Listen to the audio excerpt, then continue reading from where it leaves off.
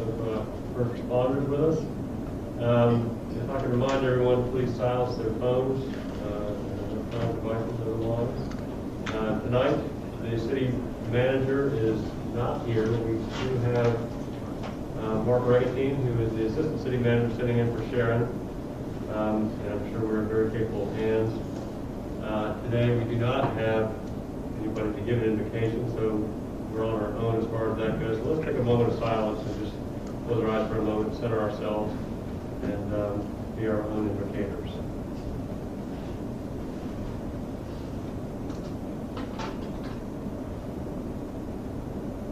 Okay, thank you. All right, for anybody who's willing and able, please join me in the Pledge of Allegiance.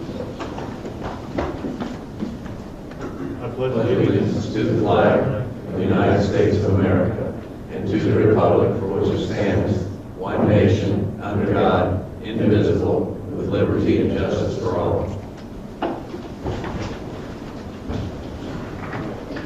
Thank you. We have some sad news this week. One of Maitland's stalwart residents, longtime resident, Bob Rawa, passed away on Monday, May 17th. Bob Rawa, for those of you who didn't know him, and a lot of us did, moved to Druid Isle in the 1950s with his wife Irma, and they've been married for 70 years. And Bob later retired from Lockheed Martin. There's I'll read a few things that Bob's service to the city. He was a member of the Board of Adjustments and Appeals from 2008 to 2014. He was appointed city ambassador from 2003 to 2006, and alternate from 2011 to 2014. He was a member of Maitland's canvassing board in elections in 2009 and 10. He was a member of the Lakes Advisory Board in 1996 and 2014. And he was a member of the Personnel Board in 2007 to 2013. But Bob was also instrumental in a big piece of litigation that had a lot to do with the property that was owned by the Italian family up on Maitland Boulevard up there, which is now Trelago, and also across the street, which is right next to, it's the office park right next to Warnerwood over there. And it was a fairly monumental struggle. He and Mo Shams, who was his longtime friend and attorney, fought a development that was going in there. They felt it exceeded what was appropriate in Maitland, and they took it upon themselves, along with the city, to fight that all the way up to the governor and his cabinet in Tallahassee, and it was a big deal. It was an Orlando Sentinel, and they're kind of the little guy taking on the big guy fight, and they won. They ultimately won on that, and it was Bob, it was emblematic of Bob's love for this area, his commitment in what makes Maitland such a great place. I think is people like to get involved and a great personal sacrifice and take these things on. And so Bob was a real lawyer for the city. And Vance Guthrie here, who's been a long-time neighbor of Bob, I'll ask Vance if he had anything to say about Bob, if you remember. Yeah, I sure do. One of the great things is that I have the pleasure to live on Druid Isle, and we live in the house that my wife's dad built. So Bob was the second person to live on Druid Isle in the late 50s. When, and my wife remembers Bob being a very happy person and, helping out the kids if they hurt themselves, skin their knee, break a bone. He also was great at Halloween, scaring them. John talked about the, fighting to keep Maitland Concourse North residential, which it did for, I think, 25 years. Well, one thing that wasn't mentioned is Bob also fought to keep development out of what is now Maitland Club. They wanted to put a strip mall in there back like 1991. And Bob fought against that and won that also. And now we have this beautiful residential area that is of value to our city. So Bob you know, Bob would get up and definitely give a speech. He would just get warmed up by the time his 3 minutes were up, so you always had to allow him a little more time to get to the point. But Bob was a great neighbor, a great friend, and a great asset to the city of Maitland, and he will surely be missed. Thank you. Thanks, Ben. And for those of you all who are interested, the viewing for Bob Rawa will be Wednesday the 26th at 10 a.m. at, it's at... To get second? Yeah, up there on 1792 near Castleberry, or through Castleberry. The service will be at 11:30 a.m. and the interment will be at 1 p.m. at All Faith Memorial Park Cemetery in Castle. So those, you can get those details if you're interested. But then, Bob spent a lot of time in these halls, and a lot of time with these mics, and a lot of time, you know, he's a big and impressive guy, and a big heart, so we'll miss him. Okay, we have some presentations to make, or a couple anyway, and one is the employee of the quarter. So would Don Ambrosio, our deputy police chief, please come on down.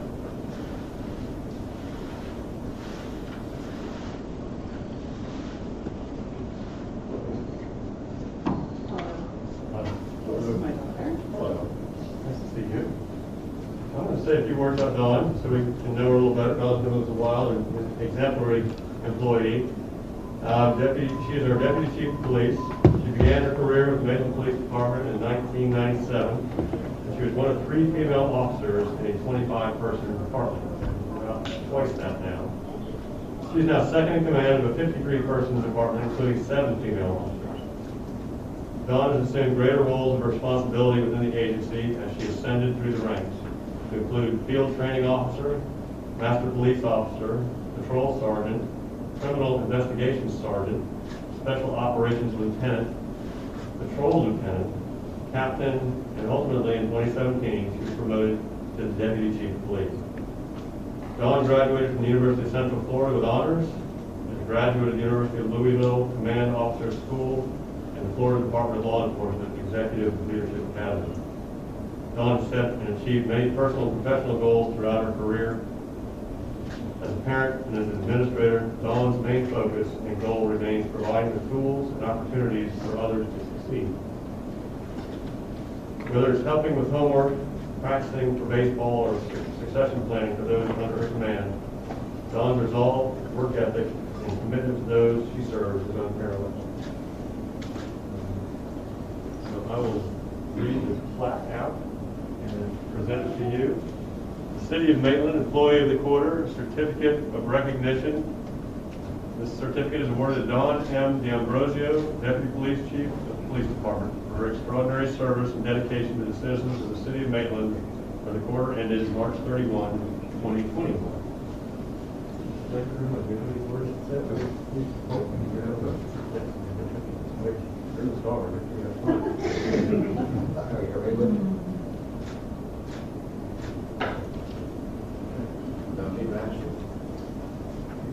I'd just like to take this opportunity to say thank you for this recognition. It means a lot to me to know that members under my command would nominate me for such a special award. But I wouldn't be standing here today if it wasn't for the hardworking men and women of our police department. So this award really represents the excellent work of our entire police department. So thank you all.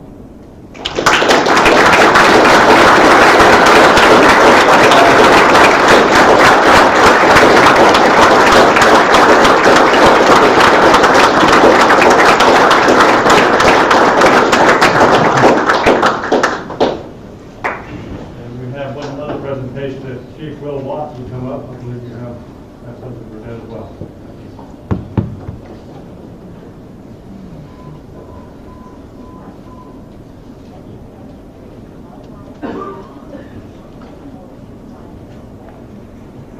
Mayor, Council, Assistant City Manager, thank you so much for giving me the opportunity to present this year, at this time, 2020's Firefighter of the Year.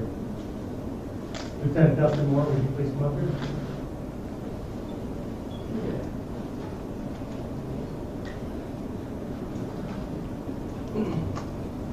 Lieutenant Dustin Moore started with the fire department in 2005. He became a paramedic in 2007, and a paramedic preceptor in 2010, was promoted to engineer, paramedic in 2013, and then in early 2020, before the pandemic began, he was promoted to lieutenant. Upon becoming the department's newest lieutenant, Lieutenant Moore was faced with leading his crew of 5 through a pandemic. Along with his role as a company officer, he also fulfills one of the most vital roles in the fire department, which he is the program manager, procurement officer for all of our medical supplies and equipment. So you can imagine, facing a pandemic, what his role was. He was tasked with purchasing thousands of pieces of personal protective equipment. Every mask that the firefighters wore, every gown that they had on, every piece of medical equipment that we had to use to assist COVID patients here in the city and in neighboring jurisdictions, all was a decision from Lieutenant Moore.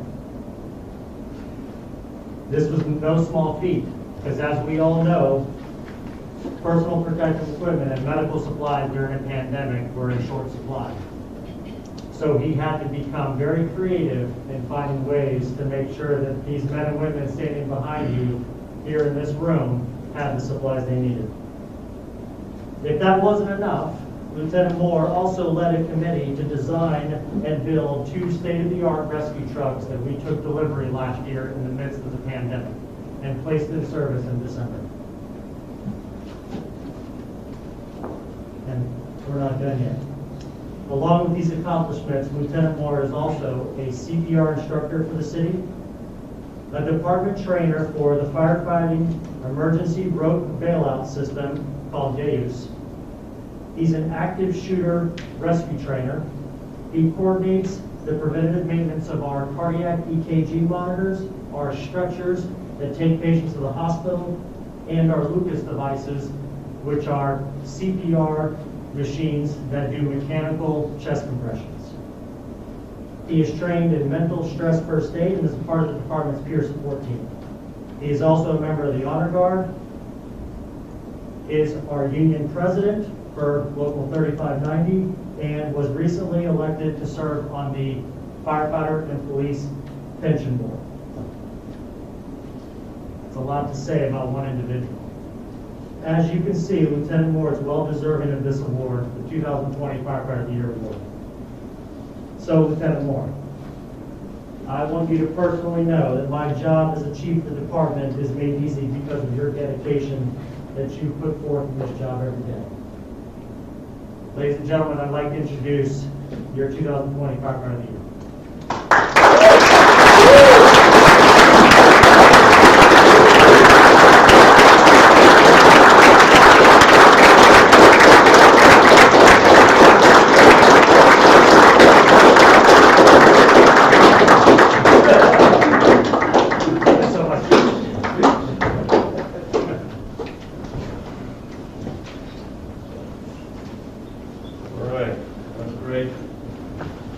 We always say we're in very good hands here in Maitland with our excellent fire and police departments. So let's move into the rest of the agenda for the evening. There are no scheduled public hearings for tonight, so Mr. Assistant City Manager, is there any old business to report? No, sir. Sure. Going too fast. Next item is the consent agenda. Does anybody wish to remove any items from the consent agenda?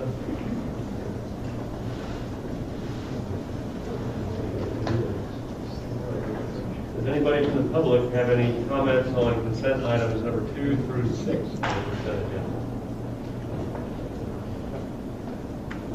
Seeing none, let's close the public comment period and the motion be ordered. Mayor, I'll read the consent agenda.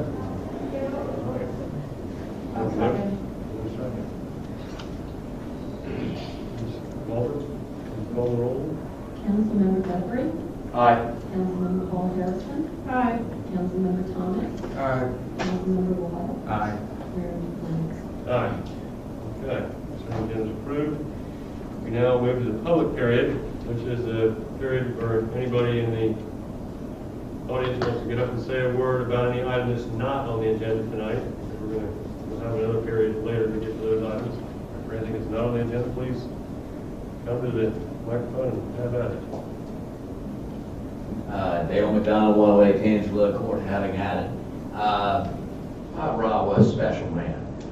And the pair of Bob and one of the classiest guys you'll ever meet, Mo Shams,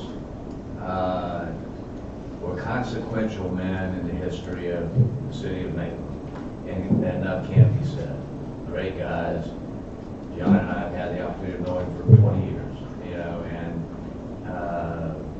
for a guy that's maybe even smaller than me, I really got along great with them. So, again, great guys. Secondly,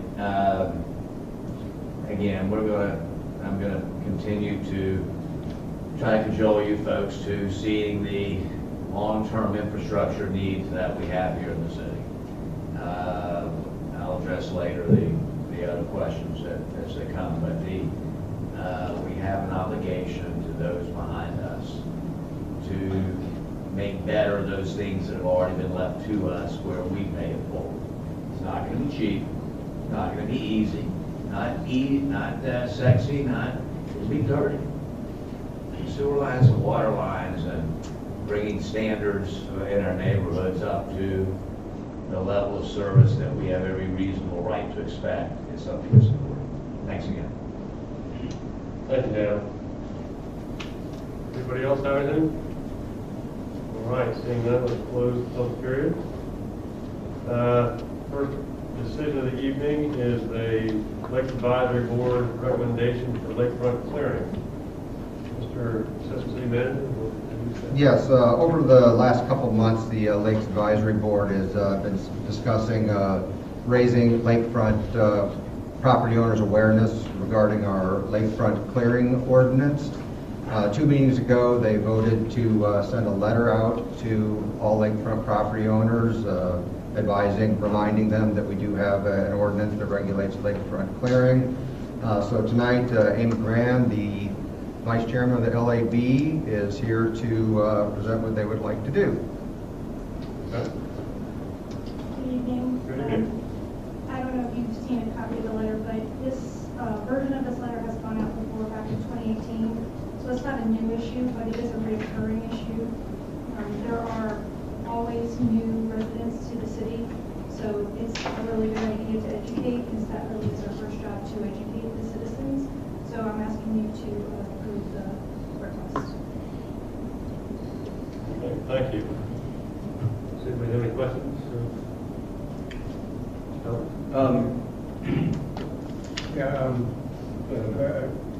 A couple things. So is it generally contractors, or they hire people to come and clear their lakefront, or do they do it themselves?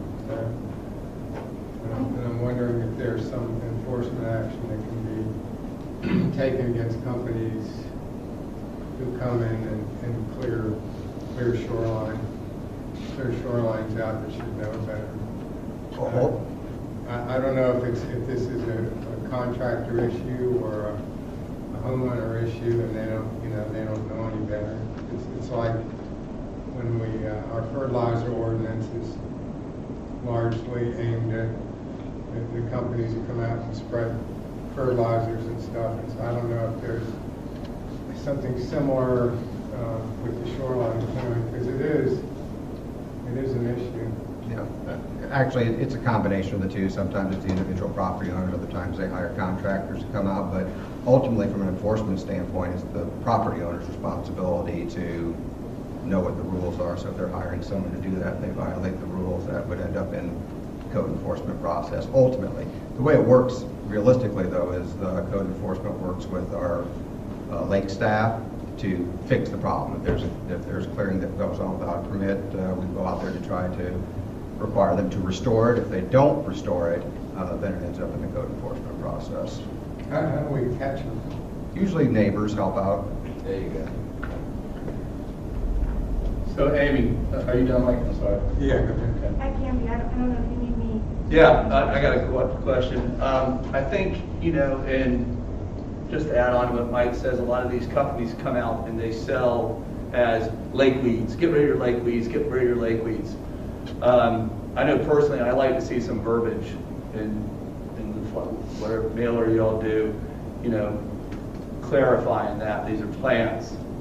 And, when you kill these plants now, you've left room for, an invasive species to take over where we had natural species before. So if we can just get some of that clarity in what goes out. Okay, I'll make that request to Ryan.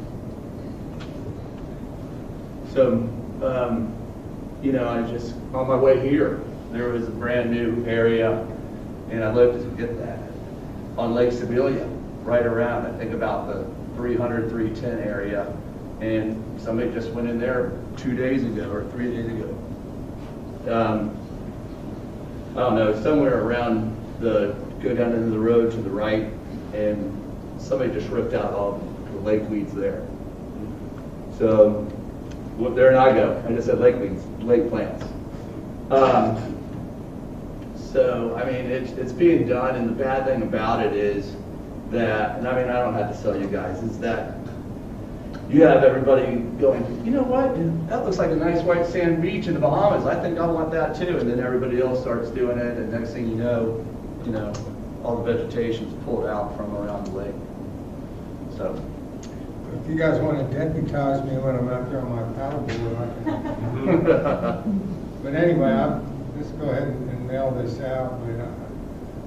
But I just wish there were some way that we could hold these contractors responsible, because they're the ones who should know better. I think Ryan would tell you to take pictures and turn it in, but I mean, how do you get everybody on board with that, right?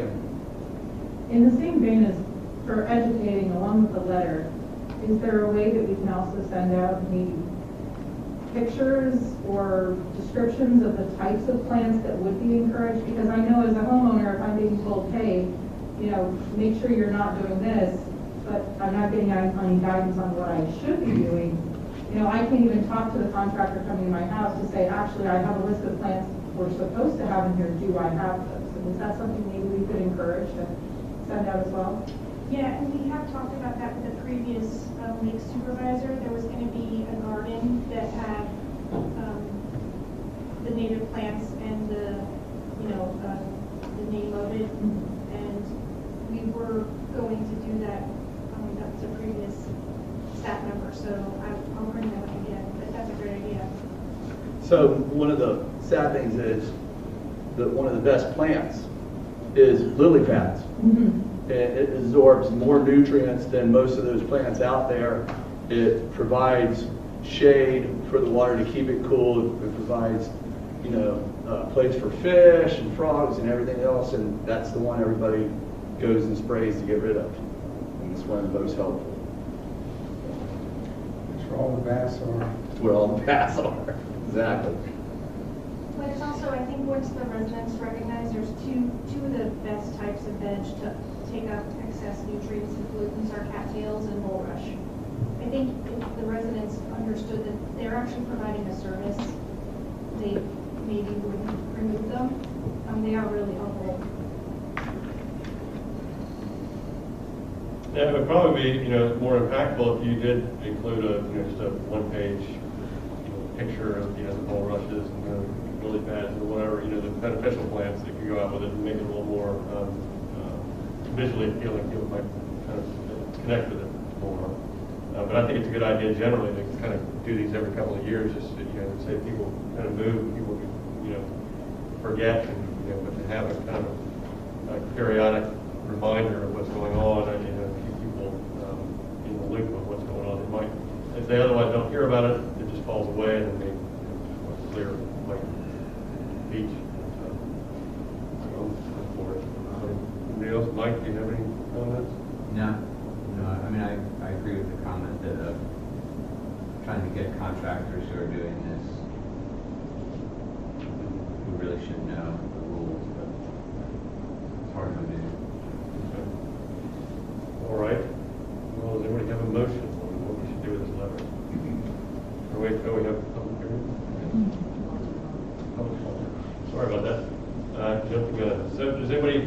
have any comments on this item? Yeah, I'll take it personally, John. No. Yeah, Dale McDonald, 108 Canfield Court, and I do attend the Lakes Advisory Board meetings, and there have been discussions for actually probably multiple years now, John, to do a demonstration of native plants on lakefront that we have down here on Sebelia, to be able to show people what it could look like.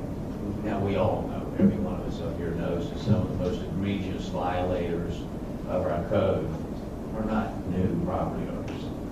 So we can pretend like we don't see what we see, or we can have some teeth in what we choose to do. And again, it gets to be a code enforcement process, and we are a complaint-driven process at this point. So we're aware, and when that is with a wink and a nod, okay, not doing the right things, for Leona, so we can do better. Thanks. Thank you, Dale. Anyone else? Once or twice, just close the public period, and motion be in order.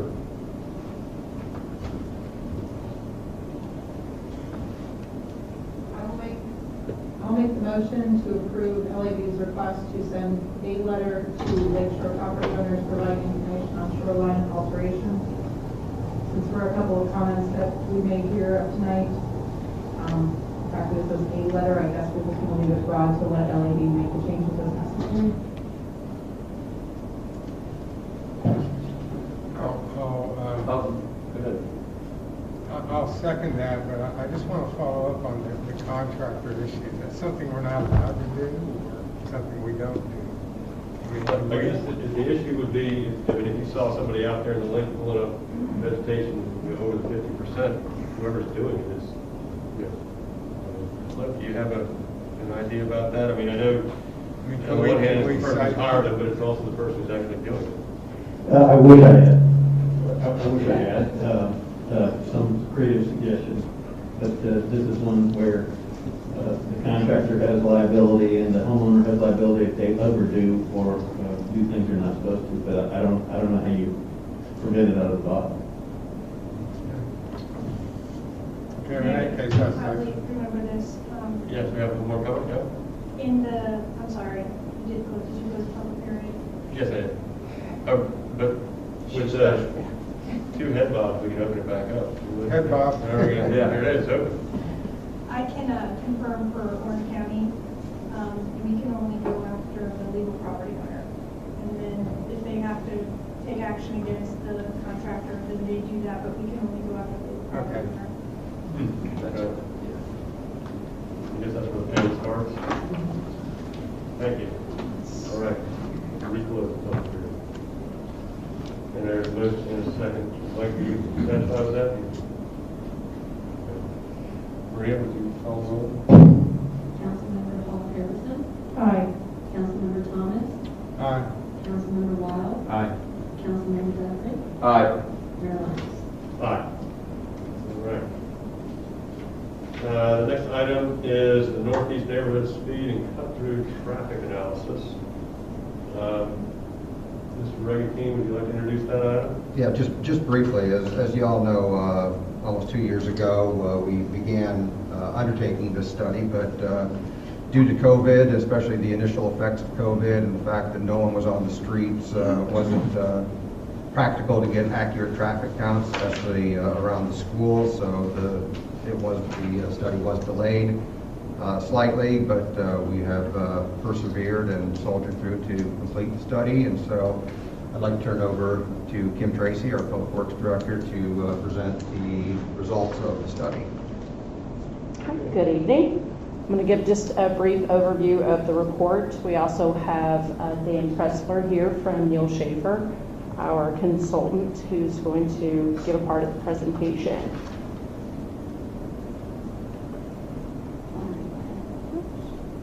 Okay, so the purpose of the study was to address citizens' concerns that we received regarding speeding and cut-through traffic in the neighborhoods in the northeastern part of the city. There are some residents that actually requested the speed limit to be lowered. So this was our first step to evaluate the concerns and see what the possibilities would be.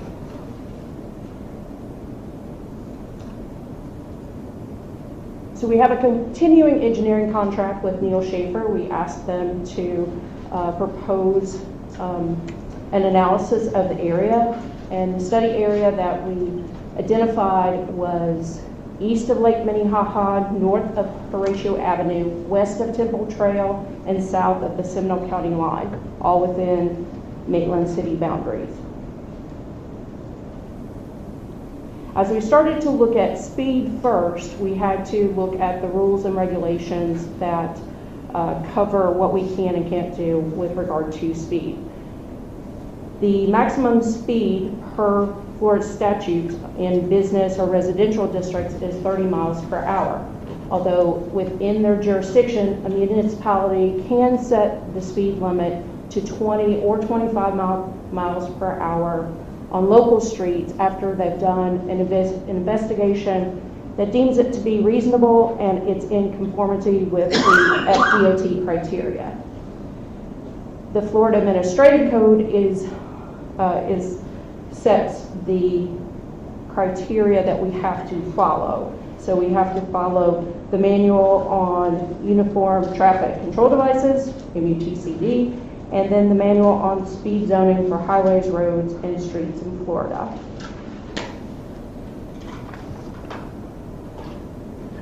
So the available data that we had our volume and speed counts from 2018, 2019, and the speed sign studies that came from the movable speed signs that PD moves across the city.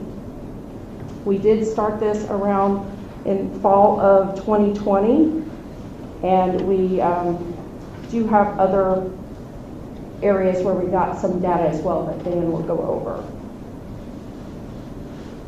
So the speed data was evaluated on the statutory speed limit requirements and the speed zoning manuals, as stated before. And the recommendations were that we do not make any changes to the posted speeds at this time based on current conditions, and that we also move forward to look and see other alternatives such as traffic calming. And with that, Dan's going to give an overview of the cut-through traffic.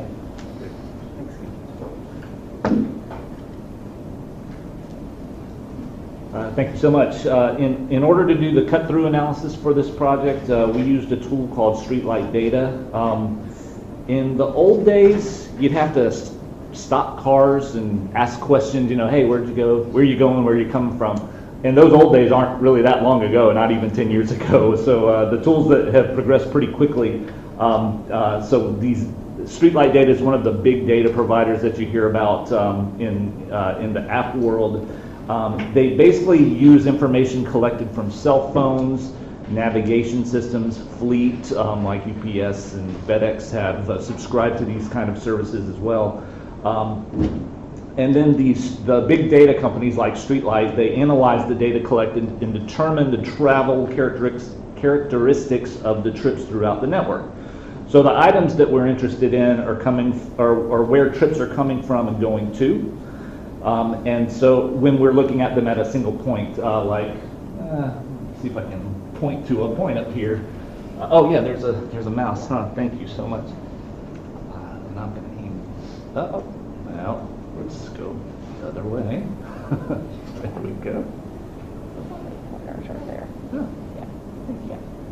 So like at a single point, say on the very southwest corner of the Domerick study area, we can then set a smart detector basically that helps identify where traffic is coming from and going to within and through the neighborhood. So we identified 8 zones. You can see them kind of on the graphic, kind of small there. Sorry about that. So what we're trying to tease from the analysis is what is cutting through. So what the conclusions are really the results that we're seeing. This is for the area to the southwest part of the study area. And look at these diagrams kind of like a little river, basically, where you have a tributary starting from really the other side of where our detector is, and that gets collected as the cars go through the network to the point where our counter is set. So what we found is that if you look at these tributaries, there's really not a lot of trickle being generated in this instance from outside of the study area to the southwest. We actually see a little bit bigger for North Thistle Lane from, say, the Mohican area. And I've got some data here to kind of give you an idea that southwest side, there's maybe 5% of the traffic is cutting through the neighborhood. At Thistle Lane, it's about 20% of traffic.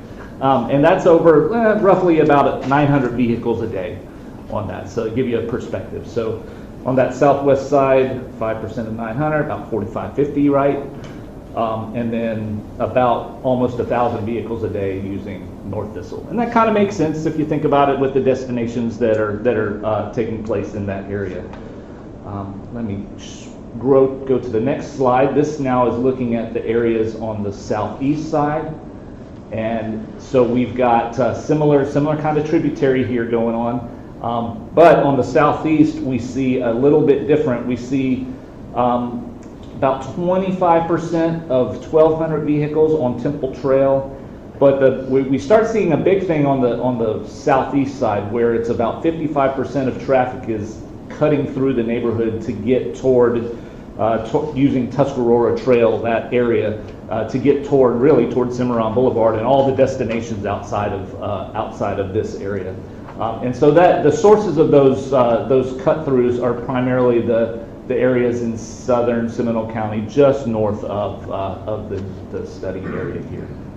The last area I wanted to show you real quick was the northern side, and I've got two examples here. I'm going to start on the left side, or the right side first, where we see that on Mohican, about 30% of the traffic is cut through, but it's again a small amount, about 900 vehicles a day in that area.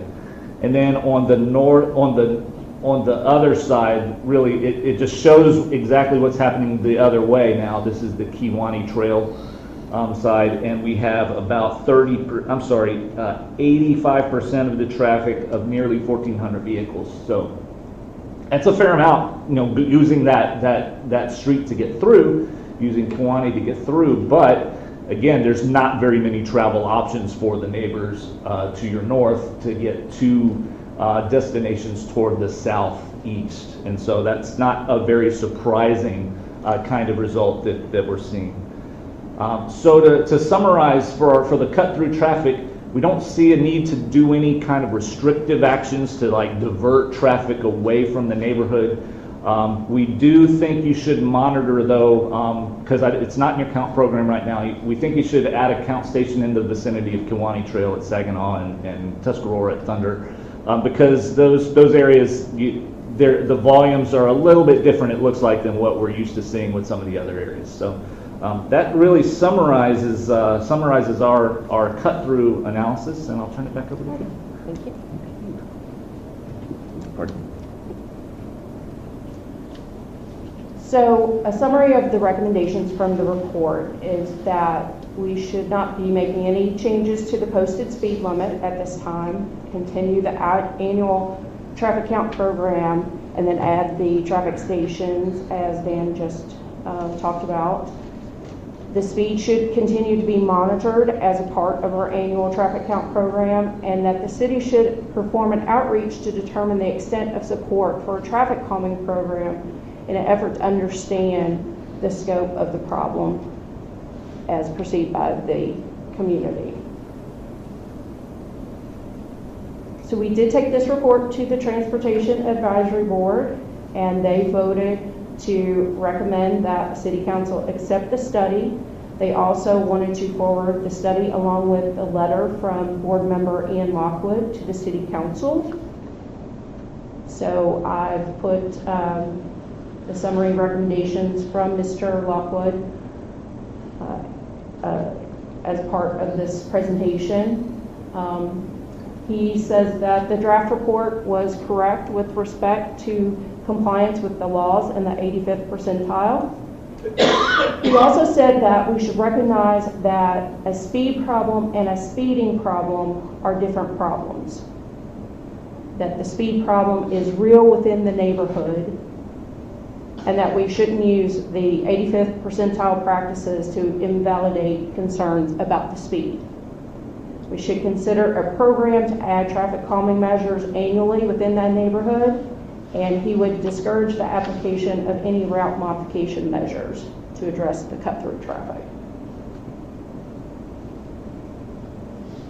So tonight, staff recommends that City Council move to accept the Northeast Neighborhood Speed and Cut-Through Traffic Analysis and direct staff to perform outreach to determine if the neighborhood is open to a traffic calming effort.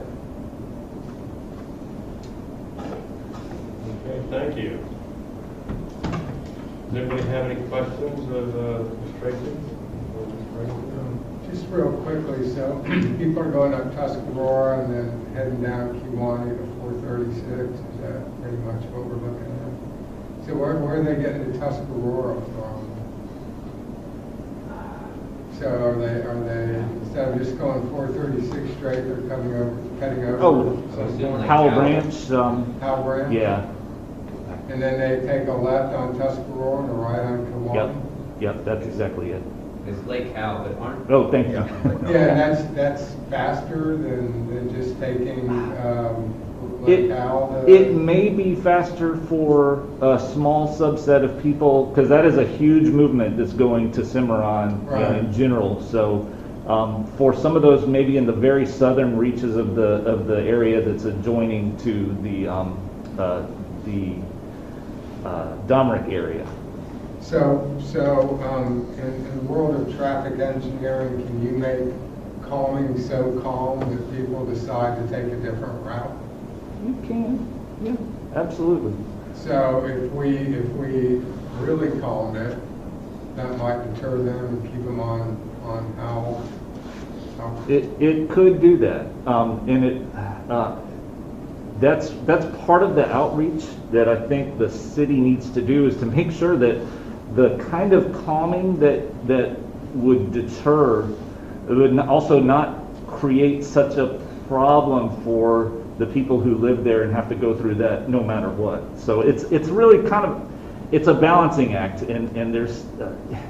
I would have to, and this is just a guess, but I would think that if it led to a significant cut down on traffic, people in the Kewanee, that section of Tuscarora, would probably welcome a little calming and not mind it slowing down them for the greater good. So that's by calming, do we mean speed bumps? Do we mean islands? What do we mean? There are many ways that you can calm. I don't want to get into too many specifics, though. Certainly what you've mentioned are a couple of examples, things you can do to basically deflect traffic horizontally by making them move a little bit in the path. And you can do that by like traffic circles at the intersections or something like that. Deflect vertically, of course, the speed bumps, textured pavement, things like that also will have calming effect. Get Winter Park to build a brick street out there, I think that would... There you go. That's something I would definitely like to look at, because I think that's a growing problem out there for those folks. So what's interesting about that is that the calming side of that, I think a lot of that traffic, from what I understand, I've got some friends that live over there, they think a lot of that traffic is going to English Estates area. So it's the logical movement for people that live in that English Estates neighborhood. If they want to get down toward Winter Park, they want to go to the Y, they want to go even to Castleberry Commons, all that stuff, you come down Kewanee, and then you hit Tuscarora, drop Lake Howell, and then you got your way out. I don't know that that people would choose to go there who are avoiding the loop of 436, because I would even think, even in the midst of heavy traffic, that's going to be quicker. Right. But what's interesting about the traffic calming is I've talked to some people in the neighborhood about what they want to do, and they say that the traffic calming that was put on Derbyshire, specifically those speed bumps, has actually pushed traffic into the neighborhood because people want to avoid the speed bumps. So I've had a couple people when I talked to them about this, you know, it's kind of careful what you do because it can have unintended consequences, and it's sort of the water theory, right? It's going to find its way, and so if you push people off Derbyshire, which sounded like, or slowed people down on Derbyshire, what you actually did was push people off of it and brought them into more residential neighborhoods and streets. Right. So, And that's why, sorry to interrupt there, that's why you need to look at this as a neighborhood solution and not as a street-by-street solution, Yeah. because that's exactly what happens is you solve one problem, you just move it somewhere else. Right. And, yeah, definitely want to avoid that. What also comes with that, and stop me if I'm wrong, so when you start doing these calming things, I have a friend who's a firefighter, I asked him about this because I knew we were dealing with it tonight, is that it slows down your fire department, your response from your fire department, your police department to get to the areas of need, which, you know, seconds could mean a lot. So that's just one of the other side effects. They are definitely a stakeholder in the discussions for sure. the issue I saw too, I mean, from walking dogs, I mean, everyone who walks in the neighborhood can attest, I mean, speeding is a problem, and what's interesting about the data though is it suggests that it's not a problem that's random. It's not the majority of people, or not even close to the majority of people that are speeding. It's the small minority, but the problem is that their behavior does create a risk for the people, and it's tough because I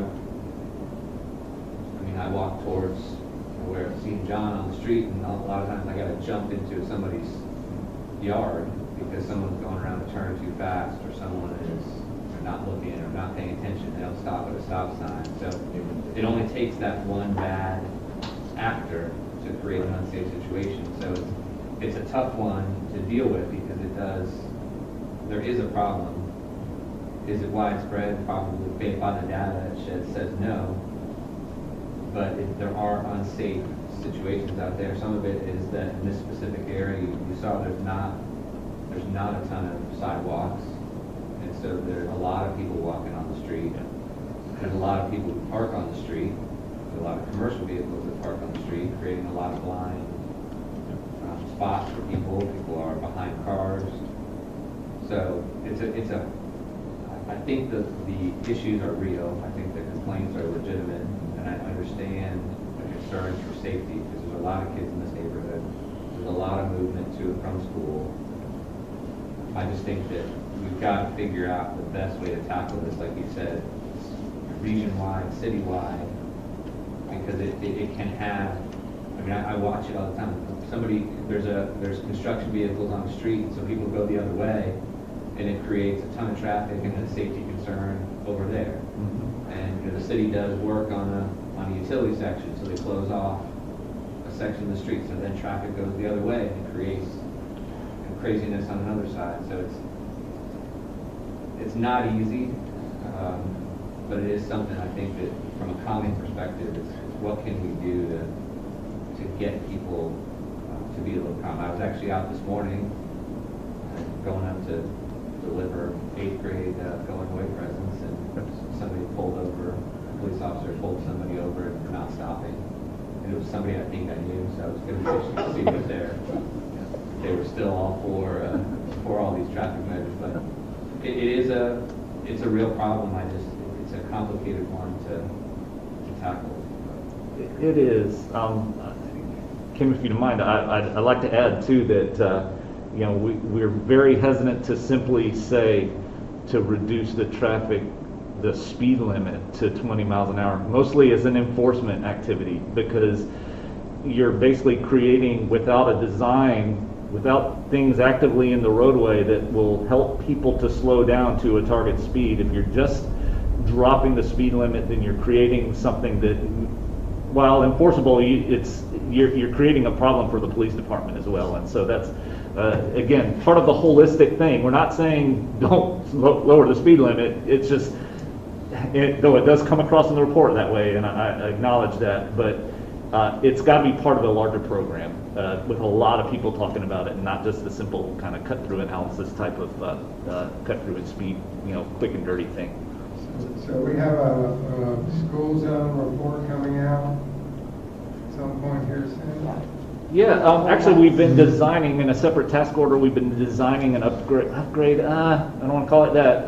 To meet the the latest standards. When will that be done? Draft is in city's hands for review. So, as far as we'll probably finalize it. I bet in the next month. Don't hold me to that, but we're close to having that ready to start being deployed. So I have a couple questions. So with regard to the study, when you did the study, I guess you're determining who was actually exceeding the speed limit, and those were by those monitors, I guess, that are placed around. Or how do you determine that? The speed analysis is done through review of the annual traffic count program and those speed monitors that were placed as well. As part of that streetlight analysis that I was talking about, that had nothing to do with speed at all. Right. So yeah, in the study it seems to be two distinct things. One is the speed itself, and the other is the cut-through. Correct. So I was trying to get at where were the monitors set up, and were they set up in places that you determined to be probably problems ahead of time, or were they just kind of randomly selected? Yes. They're typically, you have to make sure that you're not close to a stop sign or anywhere that's going to affect the speed there, because you want to get that average speed. So if you were trying to do an area between two stop signs, you'd want to get it in the middle so you're not getting incorrect data. So we have certain places that we get just on an annual basis, and then whenever we get specific requests in, we'll go put the counters down. Okay. I know the one that I see in my neighborhood is right, it's on the Arapahoe Trail, which is a long runway there. And the monitor is 2 blocks from the stop sign, so people have not certainly maximized their speed on that stretch before. And there's another 6 blocks to go before you come to the stop sign. So they're still getting a head of steam on before they get there. So that's probably not a good read of what is actually happening with Arapahoe. I know that it was placed there for a specific reason, a specific request, but if that, I'm just trying to find out if that is kind of typical of how you do it. Is it more, do you put them up in places where you think that, like the better place on that street obviously would have been closer to 2 blocks further up, and probably caught more people speeding. And also, the speed limit is 25 miles an hour, so is it registering people going 26 miles an hour as exceeding the limit? Or is it 29 or 30 or whatever it's calling it? It registered, I think, to the 10. They're actually in 5 mile an hour bends. So we're taking basically an average of the folks, say this correctly, Dan. So we have a group of vehicles that maybe went 10 to 15, 15 to 20, 25 to 30.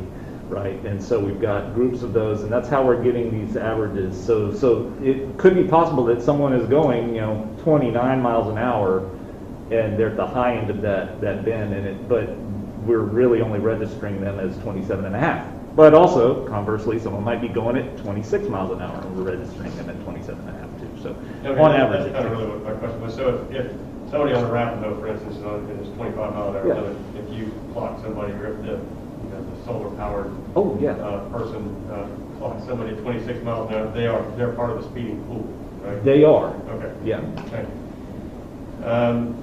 And so the other thing, so there's Ian Lockwood, I guess TAB asked that this study be transmitted to us with Ian Lockwood's letter. And I think that letter was quite on the mark and had a lot of very interesting, insightful comments, and he kind of calls into question a lot of the assumptions in the study. Not your work, I don't mean your work in particular, but I'm just saying that he So one of the assumptions that's baked in to your study, as I understand it, you're looking at the 85th percentile. So this is not a study of whether people are speeding per se. I mean, if you wonder who sets the speed limit, it's the drivers who set the speed limit. It's not the neighborhood, it's not the mayor, it's not the city council, it's not the police, it is the drivers who set the speed limit, because the speed limit is set at the 85th percentile of all the drivers who go through. So if you want to set a speed limit, there's nothing on the road, you just get out there and you clock everybody going through and see what they're comfortable with driving at. And at the 85th percentile, that 85 out of 100 people are driving at 29 miles an hour, then you're going to set the speed limit at 30 miles an hour. So it's the drivers themselves, not any other objective criteria, who set the speed limit. And so your study, and I don't mean to pick on you in particular, because you're just following the DOT instructions, and that's what you have to do. But if your study had found more speeders, if we got out there and found people routinely going 35 miles an hour, your study would have recommended that we increase the speed limit. I mean, that's really where the DOT manual requires that you go. Is if you I don't agree with that. We would have recommended that some very specific, in a way, kind of where we're going already, by the way, but a more focused effort of, and focused urgent, I don't know exactly how to put it, but we would recommend that something be done to lower that speed, because it's not appropriate for a neighborhood. So that's the kind of interesting part of this discussion too, is what is appropriate? Is 20 miles an hour appropriate? Is 25 miles an hour appropriate? I think we all agree 30 is too fast, 35 is for sure too fast, and maybe there are some exceptions, but how slow does it need to be? And it's really a community decision. It's partly the drivers, of course, but partly everyone else who uses the road too. And it's not just drivers on it, especially in this neighborhood where there's not that many sidewalks. But if the rule is the 85th percentile, then you have to obey the driver. Yeah. Go ahead. So if we want to modify the speed limit, we have to look at the 85th percentile. If we want to modify people's behavior, and we as a community would like it to be lower due to safety and everybody's feeling of security, then we need to go back and design it to the speed that we want. Right. So I mean, my point, I guess, really is, I mean, in your summary slide, was that the report says our recommendation is do not change the speed limit. It's fine. But that conclusion is reached only because the 85th percentile is hitting right in that zone. So it's not. So and Ian Lockwood does it much better than I. He makes the distinction between speed and speeding, right? Yes. So if we want to change the culture of drivers in the Dominic neighborhood, there's a lot of tools and toolbox. One of them is reducing the speed limit. One is changing the topography to put in chicanes and whatever. And another is to put flashing speed signs up. Another is education. Just get out. I mean, there's plenty of things you can do. And if the goal is to reduce speed overall, that's fine. But I don't want people to be misled by your report, which says your recommendation is that you don't drop the speed limit. And you come to that conclusion almost strictly because DOT rules require you to obey the 85th percentile of the drivers who are out there. So I just want to make that distinction that when we get the recommendation from your study says don't drop the speed limit, it's not because you don't think that speed is safe. It's because that's the way the DOT rules direct you. And if we as a council want to change the speed limit, change the culture of driving, and reduce the speed limit, then we bring the other tools in. And one of those tools may be dropping the speed limit. But dropping the speed limit, of course, won't magically change people's behavior. I mean, dropping the speed limit plus having flashing blue lights that are really the effective way to do that. And that costs money, and it's a different approach to what we're doing. But I just want to make that distinction between speed and speeding. So, and if we, as I watch people speed down my street, they may not be speeding, they might be exceeding the speed limit. But if I have, couple of little 2-year-olds running around in my front yard and somebody goes by at 25 or 26 or 27 miles an hour, that's too fast. You know, it's just, I mean, you can't stop fast enough. You can't, you know, if a dog runs out, a kid runs out, or whatever, you can't stop fast enough. And then, you know, the result will be tragic. And so what you want to do is to somehow get those people to pay more attention, to slow down, to, you know, to whether you're doing it through chicanes or a speed limit, to drop it so that because you know, it's very clear that somebody being struck at 20 miles an hour has a far better chance of survivability than somebody being struck at 25 miles an hour. And it goes up exponentially at 30 and 40 miles an hour, where it really becomes unsurvivable. So, and I'm going to wind up here in a minute and let other people talk, but one of the ways the only way by Florida statutes that we can reduce the speed limit is to do an investigation. We're shackled, we can't do it, we can't just drop it just because we want to. The statute requires that we do an investigation that deems the new speed limit of 20 miles an hour to be reasonable. So I'm concerned that we take just this report as the investigation. I think we should avoid doing that, because if we take this report as the investigation, whose primary conclusion is don't drop the speed limit, we've just hamstrung ourselves about using that speed limit perhaps as one of our tools. So I think the investigation can be a larger piece. I think this is a critical piece of it. We certainly could have done it without you. I don't feel like I'm trying to beat you all. Oh, no. Like Not taking that way. You did what you had to do. You know, you followed the rules. But I think our investigation should be, you know, Mr. Calvin, you know, a lot of concerned residents came up with another 32-page report, which they emailed to all of us, I think, about April 8th. And we all have that. That can be read into the record as part of the investigation. TAB already requested that Mr. Lockwood's letter also be part of this, so that can be part of the investigation. And I think that other things that might come out of the discussion tonight, that might come up in, you know, any outreach that we do to figure out what people want out there in the neighborhoods, as part of the investigation as well. So with that, I'll let somebody else speak. Anybody else? But on that front, John, wouldn't it be productive, and I'm asking, is it more productive to have that investigation after you've done something to lower the actual speed? Like I'm concerned at which, like the same point you were making about having to have the justification to do it, is that if you do an investigation and you haven't done something first to try to, is that true? Because when I read the report, it seems, where John was going originally, I think, was that you kind of need something to show lower speeds to enable you to actually post a lower speed. So, is that wrong or right, that we should try to actually lower the speeds by doing something? Well, this was done based on existing conditions, and this basically followed the outline that DOT puts forward. So yes, I would agree that that trying something different to lower the speed in the areas.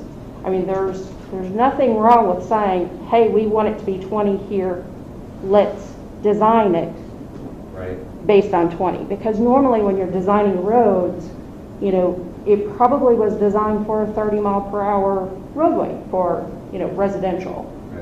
So that's why people feel comfortable going those speeds. So if we want it to be something else, then, you know, it's almost like, you know, you're working backwards. If you want that, you're setting a target speed, and there's definitely, I think, outlines for target speeds. If that's what you want, then you work back into it, but it usually will include some type of physical change. Right, because I know that when we talked about it on the DOT roads, we said you shouldn't just go to DOT and say, we want to lower the speed limit and nothing has changed. What you want to do is say, now that we've got more businesses closer to the street, we've got residential in the area, we've got all these things, that the circumstances have changed, so that justifies the reduction in speed. Yeah. And so, I mean, I'm reluctant to say we want to, it's almost like which goes first, right? Which, that is, yeah. Go ahead. No, that's exactly it. Which goes first?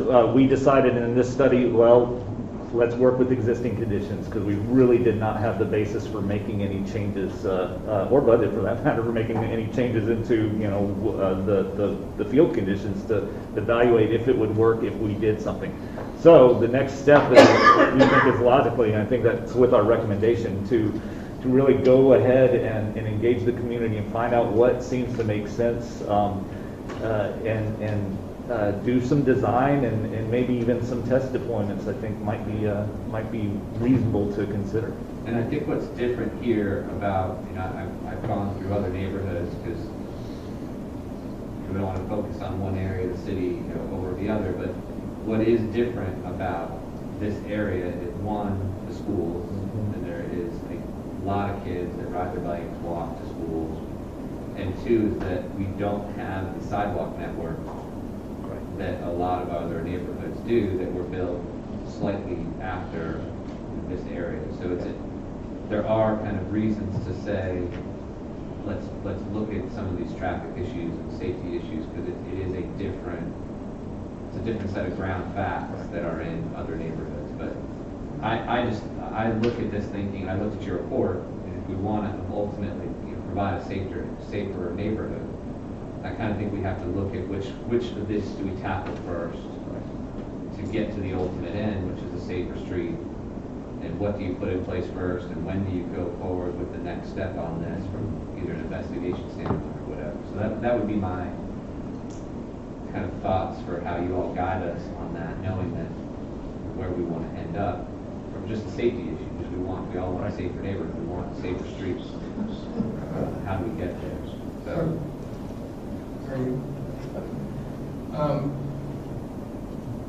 Just a dumb question. Let's say we decided to go out tomorrow and make it all 20 miles an hour. Is Ron DeSantis going to come in and throw us in jail like he would if we banned a gun range? I mean, are we allowed to do that? Cliff? I'm just curious. I'm not proposing it. I'm just trying to find I'm not really a predictor of the governor, but I will point out that the investigation part is 100% correct, but it seems to be, at least in what I read statute, to say modified by the fact that the change is not only reasonable, but also, quote, in conformity with criteria promulgated by the Department of Transportation. Now, that's not new law. That's in the statute, 316-189-1, and it was cited in more than one AG opinion, and that's how I read it. Others may read it differently, but ultimately, the part where it says in conformity with the criteria is the study that we just paid for, among other things. So it's not just we did an investigation, we did an investigation of a certain type using certain methods, and we came to certain conclusions using those methods. That's what I think.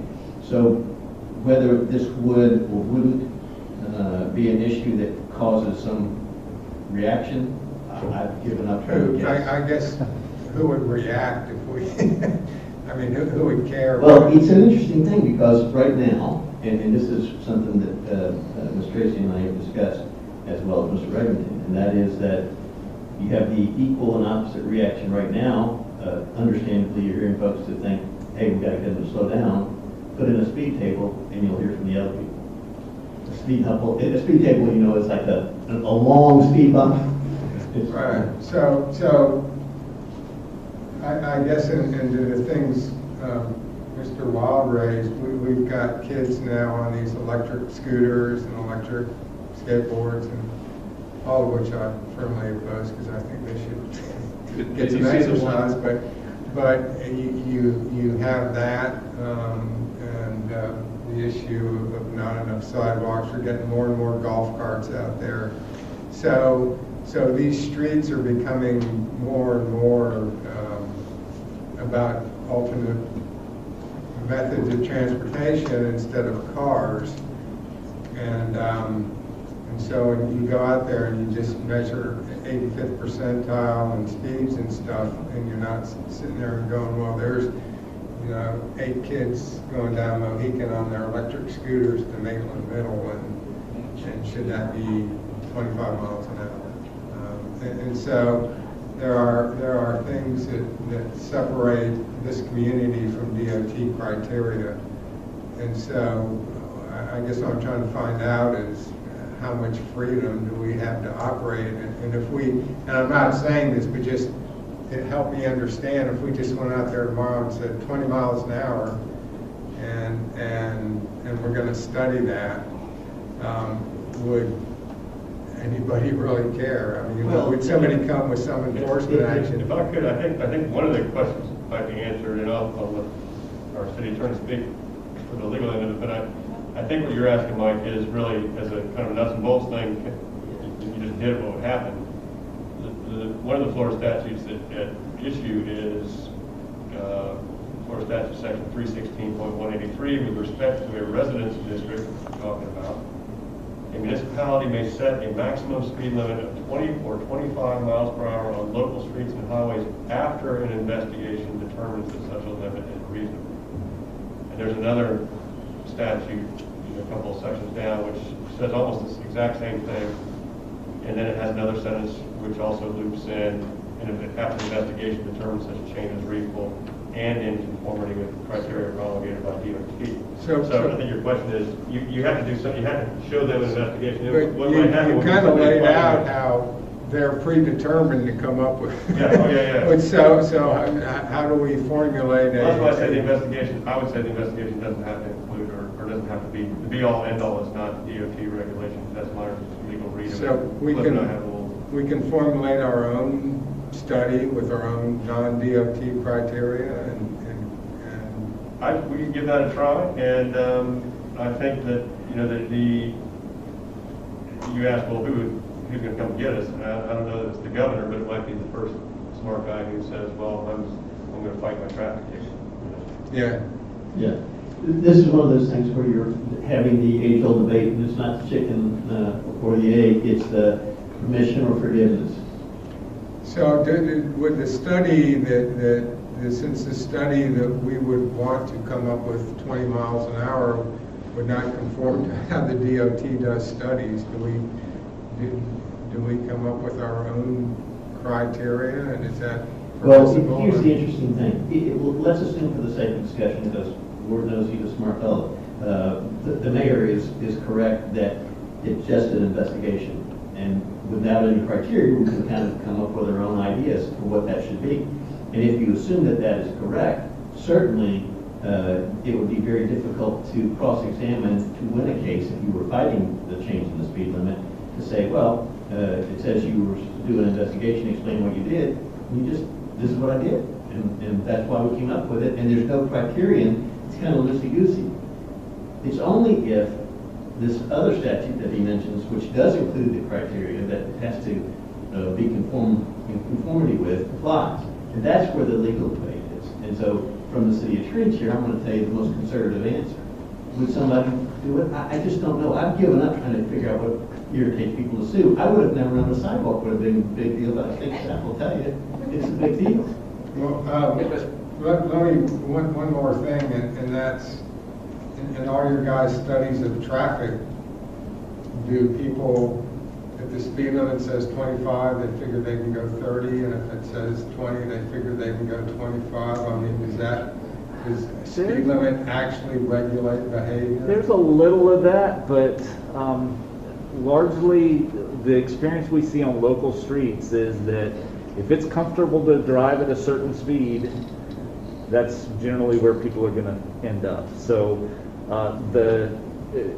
in a way, kudos to the neighborhood, because the speed is relatively low considering compared to maybe some of the other neighborhoods where you've got wider, 40-foot streets with these swale curbs, and it's just, and no trees, and so it gets there's no constraint really for the driver to think, well, I'm in a safe space even though they're driving by 100 houses. Here it's a lot closer in, and there's those visual cues, but it's not enough visual cues evidently to get it down to maybe 20 miles an hour. So I mean, what Mike said is we're one of the few communities that has large public schools inside a residential neighborhood. That's unusual. And we also had the problem that he mentioned about sidewalks. And so in our criteria, I think those criteria kind of set us apart, you know, if we wanted to. But I don't want to spend $500,000 in 2 years studying getting this, you know, so. Mike, I think that what's interesting about the sidewalk example is that, to me, that's a great 85-15 comparison, because 85% of the street might like the sidewalk, but 15% doesn't, and so it causes a problem with the implementation of your sidewalk. It's kind of the same analysis here, like it's that 15% that can cause the problem, and it's almost like we could set the speed anywhere, 20 or 25. It's going to be those people that are the outliers that are going to cause the problem. And I fear on the calming devices too. I mean, I was walking through the Oaks. I don't know if you saw this today, John. I know you take this route, but I was walking through the Oaks, and a sod truck was trying to evaluate how they delivered sod to a former city council person's old house. And the way that they put those calming medium, I'm assuming they're decorative, but they do have an effect of calming traffic because they're very difficult to move around up there. And so much so that actually people often come the wrong way because the one side is not as wide as the other, so people actually go on the other side to get around it. And you couldn't get a sod truck to deliver. I don't know what he ended up doing. He parked way far away. I don't know if he was going to run his forklift all the way up the street, but I do think it's just to me, I like the idea of looking at some of these calming issues. If in fact it then gets us to the goal, that then we'd have justification for lowering the speed limit. I think if we went first with the other one, I'm afraid we wouldn't like the outcome. That's just, and that's me from a novice reading these reports saying, if we were to go at this prematurely, we might not like the answer. So I'm just, that's my concern. So I have a question. And one, I agree with you, Mike. I think, you know, the calming is where we should really hit first, see what we can do as an alternative to lowering the speed. One, I guess my question is, have we done any other studies in any other part of the city with other areas that might have this problem of speeders, say, maybe like Winfield or out by, what's the school right next to the movie theater? Right there. Park Paper? No, we haven't. No. If we were to turn Domrick into 20 mile an hour, would other parts of the city come and say, all right, now I want to study, I want this? Because I know on my street, my little street, we have Southview, which is 1/3 of a mile straightaway, and then you make the turn onto Druid Isle, and that's another 1/3 straightaway, and people they're doing 25, 30, 35, even faster sometimes. So, I mean, I know my neighbors would be like, all right, now we want 20, and we want 20. So, The good news is the statute says, quote, "It is not necessary to conduct a separate investigation for each residence district." So if we did, Domrick wanted to do it, whoever wanted it could opt in. Or To your point, Vance, I mean, if you lower the speed limit in a neighborhood and it works, and it actually has the effect of what you're doing, it almost adds support for doing it in other parts of the city. Is that, yes? Yeah, that's good. Yeah. So, I mean, I actually think to your point, Vance, it's actually, if in fact you do something in one area and it lowers the speed limit, and then other parts of the neighborhood, other parts of the city say, I want this in my neighborhood, I think that's actually a good thing, not a bad thing. If in fact that's what the residents and what makes sense. when I said that, I thought, and John made the point that you don't have to do an investigation for all of them. I was kind of just going with an expense on that, like, what would that cost? We want to do the whole city. Is there any city in the state of Florida that's lowered it to 20 miles an hour? Plenty of roads in Winter Park that are 20, there's actually a couple in Domrick that are 20. But Algonquin is 20 apparently because it was narrowed, when they did the sidewalk in there. So they lowered that speed limit to 20. But you'll see some odd streets around there 20 miles an hour, but over in Winter Park is a lot. So they somehow got away with it? I think I've seen a whole city be 25 miles per hour, but I'm not aware, I mean, my limited knowledge out there, but to drop it down to 20, because when you're looking at doing an investigation and you're kind of looking at each area, you know, is similar up to a point, but just like if you do have an area where they're still going to be comfortable enough to drive 30, then, you know, you've got that balance between, do you have to put something in there to make them feel less comfortable, or are you going to sit a cop out there all the time and catch everybody? So, you know, it's just that balance of how we want to approach it. Well, how would you proceed, Mr. Mayor? Well, I guess that was my point. I was maybe earlier was that I wouldn't accept this as the investigation. I would accept it as a part of the investigation. And Mr. Cowell has another piece of that he's done a lot of legwork with other concerns with residents. And Mr. Lockwood has some good ideas here. A lot of faith in Mr. Lockwood. He's a very smart traffic guy. Yeah, so I think that the investigation can have a broader scope, you know, if we're going to do it. And I mean, I think we're going to investigate how to get to the bottom of this in any case, whether or not it ends up being 20 miles an hour. I think more investigation to do. But yeah, my concern was that somebody's going to say, okay, this is the investigation. Because if we accept this as the investigation, we have just said we're not allowed to speak. I do think it's a legitimate tool, don't get me wrong. I think it's not the all end all of what we're looking at. So I have a question, and I don't have the feeling for it. I don't know if we need to do polling, whatever it is, and I think maybe Dominic's the good area for this, but I mean, to Cliff's point, you know, you got a lot of people that are, right now are saying, I mean, not a lot, I mean, the room's not packed, but there is a lot of people that are saying, yeah, we need to bring this down to 20, we need to bring this down to 20. Is there going to be a lot of people behind those people going, whoa, you want to bring it down to 20? I mean, just think if we you know, use any other road and say we're slowing it down. I mean, they're not fans of that. So that was just kind of my idea. I don't know if, you know, even before this study, if that's part of it, John, that we do a polling of it to see, kind of get a feel. I don't know what that looks like, but just a suggestion. Okay. Lindsay, do you have anything before we open it up? I have 0 comments on this issue. No? All right. Okay. Well, let's go ahead then and take public comment, because I know that's probably why most of you all are here tonight, and you've probably heard enough of us. So if you all want to come up one at a time, we'll hear your comments.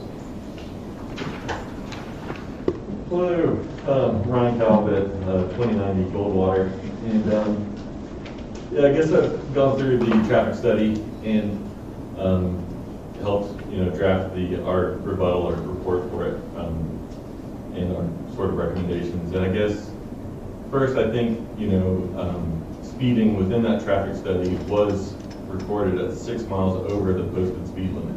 So that would put you at 31 miles per hour, and then they determine the percentage of speeders based on over 31 miles per hour in the engineer's traffic study.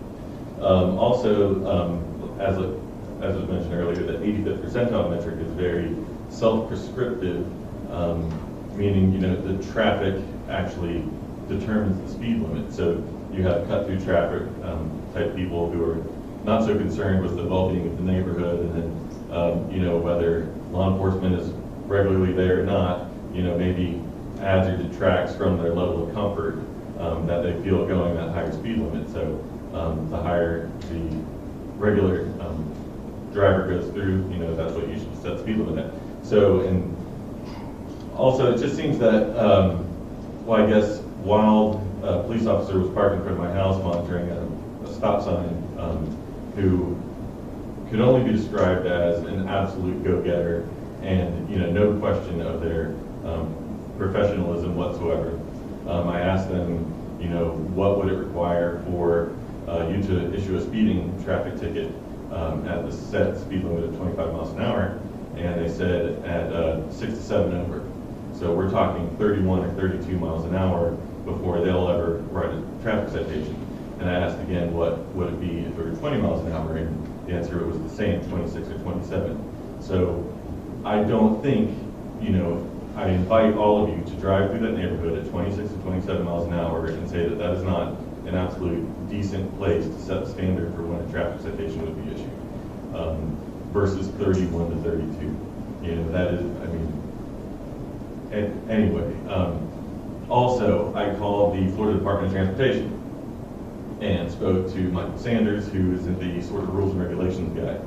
And he mentioned, you know, asking who would call us, would it be the governor, yada, yada. He's like, they don't interfere with local municipalities setting up their speed limit, and so I wouldn't expect them to, you know, be knocking on your door anytime soon if you were to do this.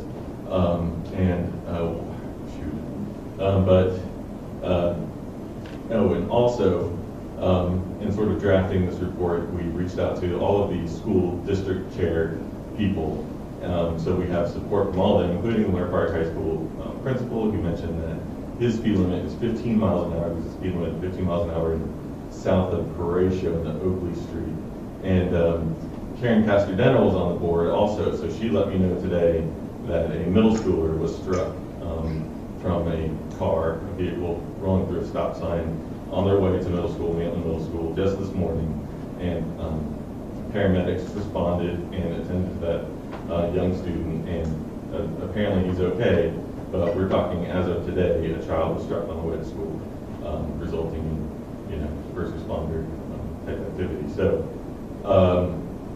also, 9.3.4 in the Florida Department of Transportation Speed Zoning Manual, I think, gives local municipalities the option to go 8 miles below the 85th percentile number. So one good thing out of that engineering study is that if you roll back a few slides, you'll see the tables that give the 85th percentile number for all the different streets in their neighborhood. And they're all around 27, 28 miles an hour for the 85th percentile number. So in that study, it gives you the sort of guidance, you know, to roll it back 7 or 8 miles an hour, which would almost land on 20 miles an hour.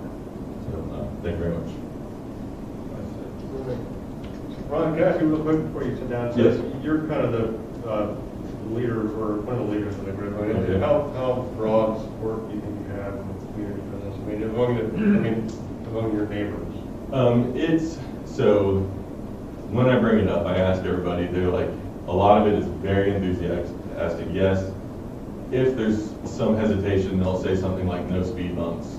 You know, there's been hesitation to no sidewalks. You know what I mean? Or it just seems so non-intrusive as far as like actual construction in their neighborhood or on their yard, and or, you know, damage to their car going over speed bumps. It would be almost, you know, on paper just a very cheap and easy, effective swapping of speed limit signs. It doesn't seem to be a big deal to everybody. Thank you. Otherwise, very much in support. Okay, thank you. Anybody else?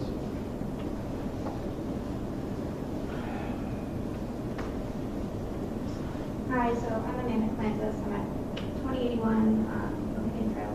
I'm on the side of Mohican that doesn't have a sidewalk. I have a 2-year-old, I have a 3-year-old. We moved in last year. And it's unsafe. I mean, I fully support lowering the speed limit to 20 miles an hour. But to be honest, even at 20 miles an hour, I'm not walking with my kids on the street. A 2-year-old and 3-year-old, if they meet a car at 20 miles an hour, they're not safe. Ultimately, what we need to do is we need to separate pedestrians and vehicles and sidewalks. But I know the history, I understand, you know, the cost and the reluctance there. So I agree that if we could at least lower the speed limit, that takes us one step closer to ensuring pedestrian safety. Thank you. Good evening. I'm Jeremiah Weiss. I'm at 2050 Thunderbird Trail. I just want to say, back in 2019, I was actually hit by an Amazon driver speeding around my car when I was parked out front of my house. I opened up my car door, and he pretty much took, kind of took the whole door off right away. The The only blessing is I live by a pickup truck after the fact, so that was a good thing, and positive about being hit. But the speed, the speed in our neighborhood is excessive, and I think the way it's designed, when you have two schools inside of a residential neighborhood, you have a lot more foot traffic. It appears to be with kids walking to and from school, with golf carts everywhere now, scooters, and the lack of sidewalks in our neighborhood. So to reduce the speed by 5 miles an hour, to me, makes perfect sense to keep us all safe. At what cost, what are we going to risk, someone getting hit by a car, or, God forbid, killed by someone running a stop sign. I think, the increased sidewalks and the speed reduction would definitely be a benefit to the neighborhood and keeping our kids safe. Thank you. Thank you, Jeremiah.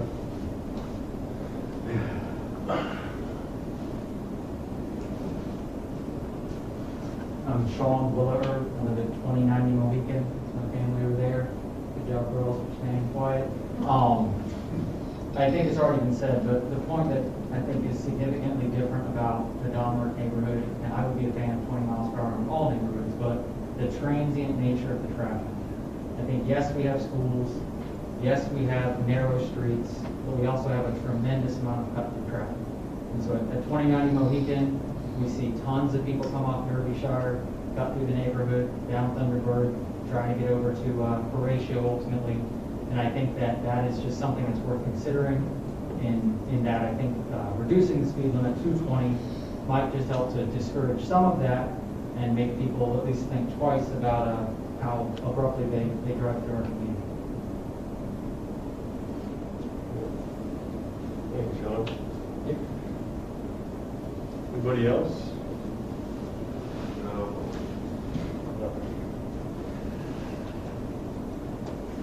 Dale McDonald, 108 Tangelo Court. I'm interested to see how you guys can codify human nature here. And I think that we all find ourselves trying to decide not just how we enforce it. And it's not that streets in Domerick, things that were designed in the 50s and the 60s, are anywhere near what we would ever approve in a new subdivision today. I understand. We all understand. These are things that I mentioned earlier in the general public period about investing back in our land and the safety and health of our residents, all of which helps to increase the value of the land.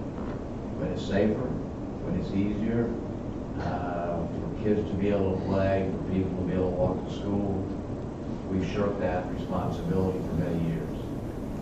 It's not getting any better. But I wonder, would I drive slower? And I don't live in the Domerick area, but close by and spend a lot of time over there. Would I drive slower naturally if the speed limit was 20 rather than 25? I don't know. Would the road allow it? Until something catastrophic happens. And I know that we've alleged that there have been plenty of events that border on that. I'm just not sure that there's a great solution here. We've all been ordering too many things that have to be delivered by Amazon, FedEx, UPS, and so forth. And certainly that's exacerbated the issue over the past 14, 15 months. So, and this is part of what we bring on ourselves. So, what the solution is, I'm not sure there's a perfect solution. But we do have time, as the recommendation clearly outlines, to determine the exact extent of support for a traffic calming effort. So I urge moving this along, moving this forward. Thank you. Thank you, Dale. Yeah, so just on a personal note, I live on a street that just got a brand new sidewalk. Our kids all walk down, by the one talk about it. Our kids all walk the 2 blocks or 3 blocks over to Domerick Elementary. And it was, and their mother was with them most every day. But now we have a sidewalk and things are more comfortable, but still, there are still cars speeding down our, I don't know if they're speeding or not. They're not perhaps exceeding the speed limit of 25 miles an hour. I think it's too fast for my road. But I see it every day. You all see it every day. And You know, like I said earlier, I think we have a lot of tools to use to kind of change the way people drive. If we collectively feel like people are driving too fast, there are ways to slow them down. And you know, if we reduce the speed limit to 20 tonight, you know, that's not going to do it. I mean, it's, you know, if we send Chief Manuel out there and, you know, tell them to take 10 guys every day to, you know, go and we'll be hearing a lot from a lot of different people, but I'm not sure that's going to do it either. I don't know that changes, you know, the way people feel about the road in particular, you know, or certainly the Amazon drivers up there. But I think if there's a larger move, you know, that could include, you know, those signs that show you what your speed is and it flashes when you're speeding, you know, that's not rearranging anybody's road. It's to Mr. Cowell's point, you know, it's not major construction, it's not a chicane, it's not putting a clamper in the middle of the road, but it certainly gets your attention when you're driving. I think it makes you more cautious. Then there are the chicane type things. If you go on Kiwanee, you'll see them all the way out, you know, toward that Red Bud Road flyover out there. I don't know if those work or not, but they're interesting. So those are part of things you can think about. You know, and then there's education. It's just, you know, it should, you know, just like today we were mailing out a letter to lakefront residents. You know, there's a you know, plenty of things we can do to kind of get people just to slow that down in our neighborhoods. You know, so it's kind of a culture change, and it's not going to be done with just one of these tools. Right. So I have a question on so I think the incident that happened today, I think I drove by it, was at Dahmer Drive and Horatio. And I've often thought that is a tricky turn there because there's a sidewalk right there and you actually can't see to the left most of the time there until you actually get almost in the path of that sidewalk. And I thought you, John, but I thought, I'm sure you come out of that all the time.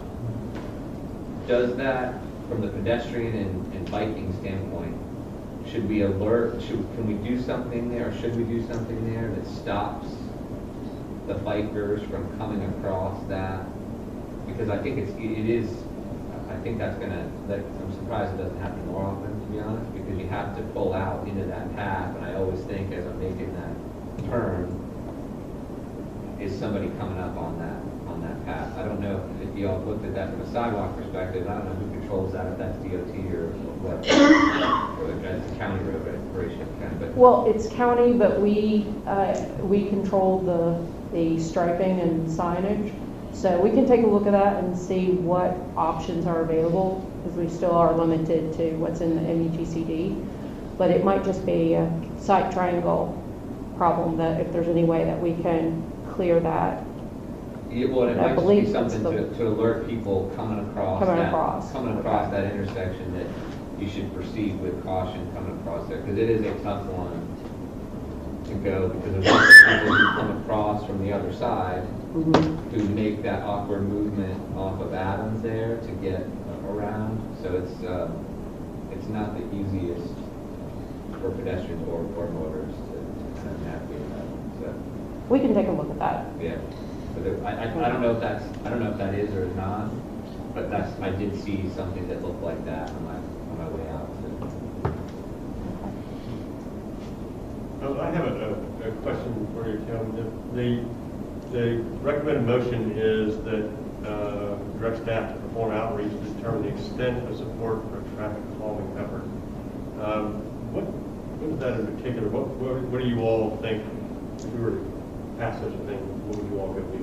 I mean, I was thinking more of sending out every resident a survey, whether they could finish it online or they can mail it in or drop it off, and we can kind of gauge the community to see what they're looking for, like how much support that we have. Now, our current traffic calming policy with regard to placing speed humps or any other type of physical traffic calming requires the neighborhood, who's ever directly affected by the traffic calming measure, that we get 60% buy-in in the area. So That's kind of our current policy, so, what would be good is, and even if we had to look, well, this road has 60% that's all in favor of any one thing, or, look at the whole area to see, well, how would that work? Just based on what people are open to. So it would be kind of a survey of the residents to see, number one, do they perceive a problem, and number two, how big a problem it is. Then give them a list of potential solutions to the problem, and how excited they are about that. Yes. So, would the same question go to John on Choctaw and somebody who lives on Tuscarora and Kewanee? So, if you said, do you want speed humps, you might get more people saying yes on Tuscarora and nobody saying yes on. So, how do you break that out and gauge? I think we start, with the large one to see how much support do we have in total, and then break it down to area, because we really still need to look at each street still may have an individual problem. Yeah, because you could come back and say 80% of people don't want speed humps, but 70% of them on Tuscarora do. Yes. So that would be. And then there's another thing, can you just throw a question in there about 20 miles an hour? Oh, we can design this survey with all the options on there to see what kind of support that we do have. Would that be considered part of a report that would pass DOT? And I tell you why I'm in support for the traffic calming effort is because I know on my road, it's the lawn maintenance guys, it's the trash trucks, it's the Amazon, it's the whatever repairman coming to your house. Those are the ones that aren't ever going to listen to the 20. They don't care. They want to get there as fast as they can, turn and make their buck. So they're gonna blow through 20. If you kind of force them to slow down a little bit, I think that's better for everybody in the long run. And you also do have those neighbors that speed through. I got 2 or 3 of them myself. So that could be the problem. So I would be a big fan to support what the city's saying and go forward and see what they can find out from the neighbors. I think from my concern on the way it's written is to Mike's point. I don't know if that's actually to your point, Mike, but to go off of what Mike said. I think I have concerns that it's just so broad and it's too open-ended that, I heard from bicyclists who told me we should put speed bumps or whatever in the road. It's not so I think depending on who you ask and what you get, you're going to get such polarizing views. I don't know that it's going to be super productive. I think it would be better to have some research done where we identify certain streets, certain things that we want to do, and then go out with more of a targeted question. I think it's just too likely to be all over the place if you don't kind of narrow it down as to here's what we're thinking, at least. Here's a range. Instead of every option under the sun, here's a one segment of roadway or one section, and this is what we think would be a good idea of these options. Which ones do you support? I think that would be more productive than just having something too open-ended. So would you support if we gave them direction to, come back to us and give us a sample of what they plan to use? What their tools are? I think just like, what John was saying about stop signs on Arapahoe. That stop sign, there's a stop sign on the corner of Choctaw, and then there's not one till Mohawk, but that's 5 or 6 blocks, whatever that is. And then there isn't one actually when you go northbound. There isn't one at all actually. I don't even know that there's technically a stop sign in Thunderbird where the park is. I actually don't think there's a stop sign there. It's just a turn as that roundabout. So where do you put the stop sign? can you move it? And you have this thing, well, you can't move it off Choctaw because that's where all the kids are. We just put a sidewalk there, and then you move it somewhere else. So I mean, I think you have to look at it and say, here's a segment of Mohican. Let's look at Mohican. And first of all, we want to prioritize getting sidewalks everywhere, but absent sidewalks, what else could we do on Mohican to affect traffic? And then come up with some ideas and have some suggestions that we look at. So I think it's one, targeting the roadways that are problematic, and then two, looking at what are the solutions to fix those problematic roads, and be much more targeted on the roadways and the solutions than just saying, do you think speeding is a problem? Do you want to put in some speed bumps or some, whatever it is? I think that's not gonna. I think we It comes sorry. for a while to build on that point. I think that, and these are based on my discussions with Ian Lockwood, that's an approach that he would probably take. And as far as the type of traffic calming that's used, the one thing that he emphasized was be consistent throughout your community, so you're not surprising people with chokers on one road, speed humps on another, medians on another, so be consistent throughout the community. I know I've had discussions with the fire chief. I don't think we're going to get him to support speed tables or speed humps anywhere because of the response times that are going to be involved there, and because of the nature of the roads those are likely going to be on, which are maybe our main roads. We'd be looking at Domrick Drive, Seneca, Arapahoe, Thistle, where you already have some traffic calming. But based on the discussion earlier, we already have medians established as traffic calming in the city along Thistle and to Domrick Drive.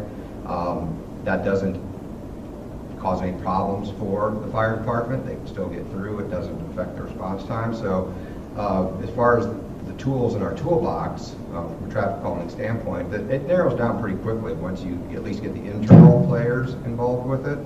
So I think we could narrow that and focus on the roads that Dan showed when he did the cut-through analysis. We know where people are traveling. We know where our busier roads are. You have Mohican, Thistle, Domrick Drive, Seneca, Arapahoe, Tuscarora. I mean, those are the ways that people get in and out of the neighborhood. So from that perspective, that's certainly an approach we take that would expedite things a little bit. Well, I think we might need to take a phased approach too, because that's not going to happen overnight. The idea of looking at those same major roads that come into the intersection and putting the flashers up, the radar flashers, to notify people what their speed is as they're entering the neighborhood to raise awareness, might be a good short-term solution while we're working on the long-term solutions. That, coupled with the public education piece of it, we could be working on right now while we're looking on the slightly longer midterm solutions of the physical improvements on the roadways and involving the public. So I think there's a potential roadmap here if I'm putting together the pieces I'm hearing you speak about individually. That sounds like a more efficient approach and probably going to get us to someplace quicker. I mean, another thing is, folks out here, all of us, we have kids and we know kids in the neighborhood. You don't want this to be a 5-year effort. No. I mean, because people. Sean over here, who has 2 of the most well-behaved daughters I've ever seen in my life. Congratulations. They want that up and running. I'm sure they'll be like that their whole life. I get it good now. I can give you some insight on that. This is kind of an issue that's the parents get very concerned about, and should be handled, with all due speed. But you want to do it right, and I think I understand, Mike, your point about starting with a survey, might be a little too incremental, and I think. Mark, as you were saying, that you already know probably something you hear a lot. I mean, you're out there every day on your bike or walking around or driving. I haven't seen you in a car. It's a rarity. So you're very familiar with the neighborhood. For those of you who don't know, he lives in the neighborhood. So he's very familiar with us. And it might be helpful, to hear from folks in the audience here who are very concerned, to have an open door policy, as I'm sure you do already, because they are, they know where some of the choke points are that need to be addressed.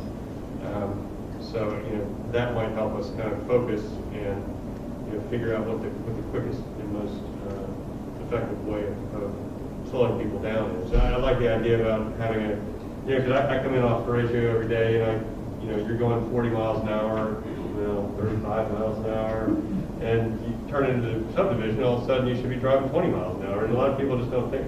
I came in behind a bus the other morning, 9:30 in the morning, 9 o'clock, I don't know what time it was, Orange County school bus, and I was shocked at how fast he was driving, so I got up behind him just to see how fast he was driving. And just off of Horatio onto Dalbrook Drive, going up toward, I don't know which school he was going to, but one of the schools.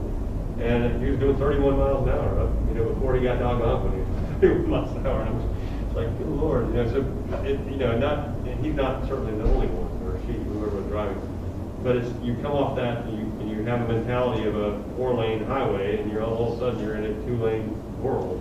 And so you kind of wake people up at the access points of the neighborhood. That doesn't take care of everybody, because clearly we have a speeding problem in Interior as well. But that's one thing that could help right off the bat.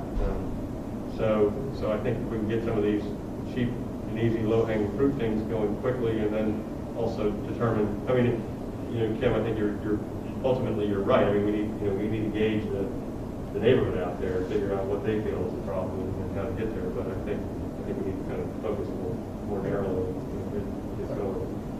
One more quick question, and I swear I'll shut up.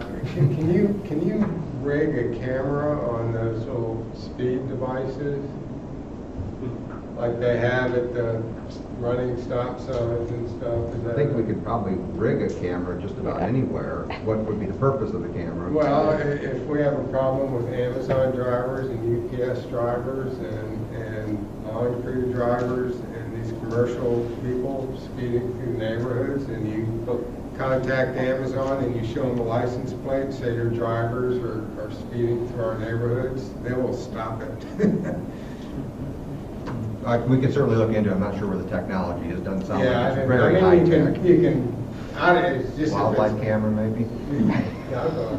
So to move this forward, and I know, John, this is where you're going with what we do with this, but I think that where I would be headed is to have staff come up with maybe a list of priorities of streets.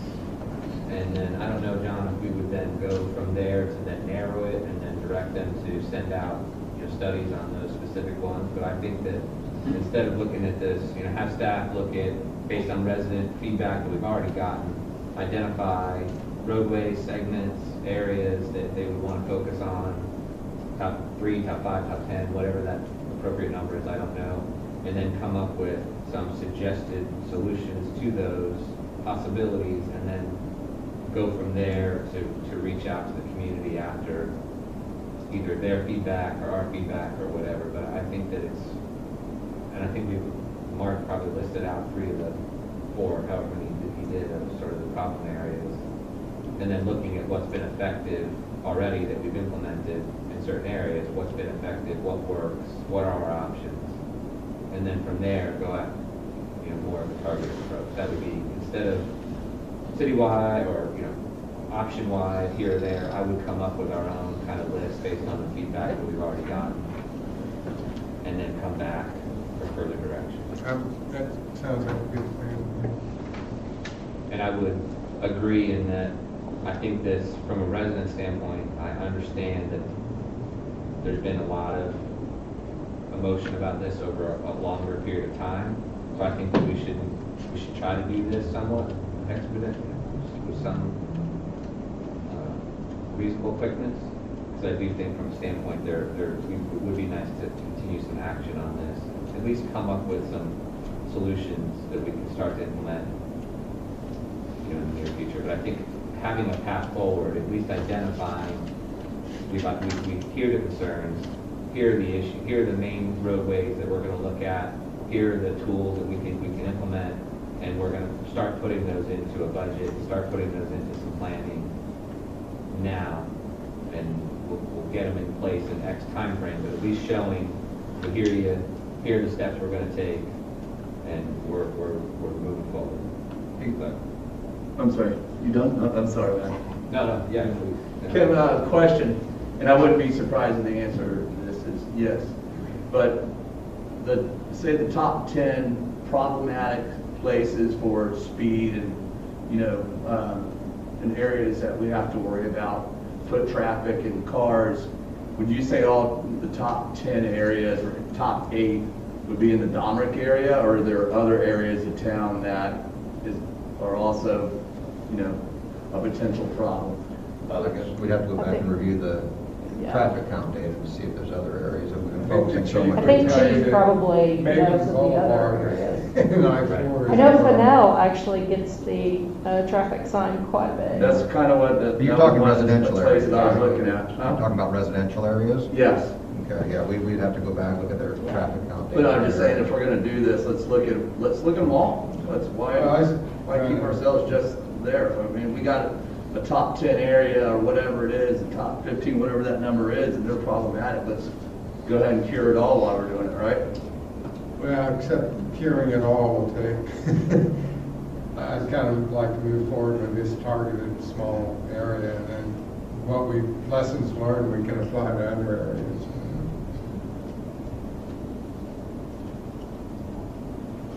All right. Well, Mike, you've given us some thought. I know that Maria was not typing that quickly to take down that motion. Well, I would, is that? Whatever Mike said, I seconded. From what, before you do that, is it Ken, does that sound reasonable? And I know, anybody? Yes, we can take a look at the areas and see, focus in on the areas that are either have a much larger problem than others, or there's also a few areas out there we're going to be tearing up in the next year or so. So we may have to exclude those or take them into consideration as we're doing this as well, because we know we're going to affect traffic. And also in Domrick knowing that our Hills. sidewalk program is running parallel to Mhm. this, and that we're continuing to try to expand sidewalks throughout the community. With the sewer project, sidewalks, and we would appreciate your help on sidewalks for it. So it looks like I think you're headed, Mike, with that motion was, here we have direct staff perform outreach to determine. And I think we've kind of converted that. I think now that outreach is a part of that, but really we're going to look internally, because I think we already know where the targeted areas are. And, I don't mind including, it doesn't have to be Domrick, if there's a fennel problem, and there's others. Wherever those are, but, for staff to start kind of coming up with a battle plan. And to John's point, is there anything, and I don't know if it's clarification, is there anything we need to do? Do we need to accept the traffic study? Is that what's the reasoning behind accepting it? Can we not accept it and just? Well, if you don't, certainly I wouldn't want you to reject it, because there's a lot of good data in here that's going to guide our decisions. You can just choose not to take any action on it tonight while we put together our next steps and then bring it together as bring it back. I just don't know. I think I've heard a little bit of.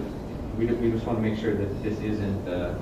John, you've done a lot more critical thinking on that than I did before. I heard your point, which I think are valid. But if we can just leave I agree. The report's great. It gives us a lot of information. But instead of accepting it or not accepting it, we just make our motion to tell staff to go ahead and look at if you want me to formulate a motion so we can wrap this up at 8:30, but I would say that my motion would be to direct staff to identify a list of what they deem appropriate of the problem streets or segments, and then come up with possible solutions to fix those, considering options that have worked in the past, and come back to us for further direction.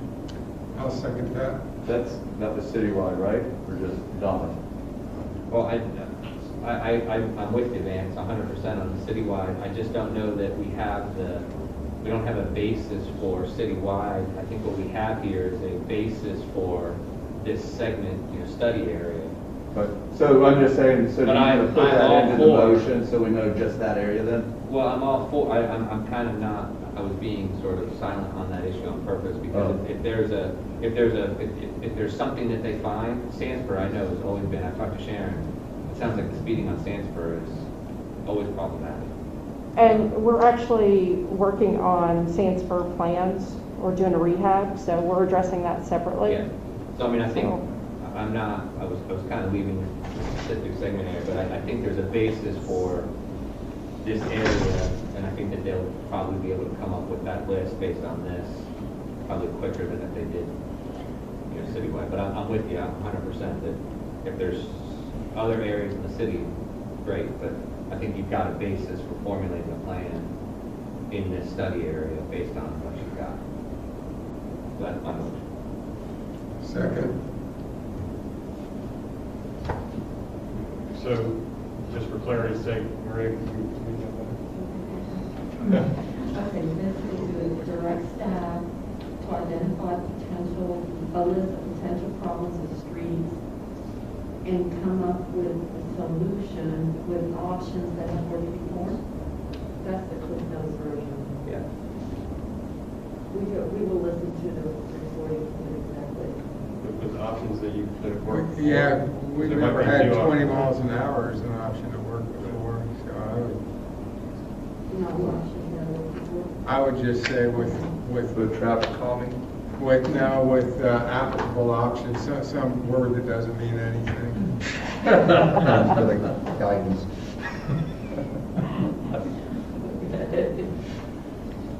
So if I may, what you're looking for is an action plan based upon the data that's been provided here and the input we've heard tonight. Come up with an action plan to address the speed issues, as Ian would put it, in the northeast neighborhoods, which leaves it pretty broad. And I think I have some pretty good direction on where you're going to want. That's going to be short and long term, because there's, like I mentioned, there's some low-hanging fruit that we could do this year at a budget amount that wouldn't even require council approval. Yeah, and I'm all for that, because I do think taking action is important. Starting to move in that direction, I think, is an important step.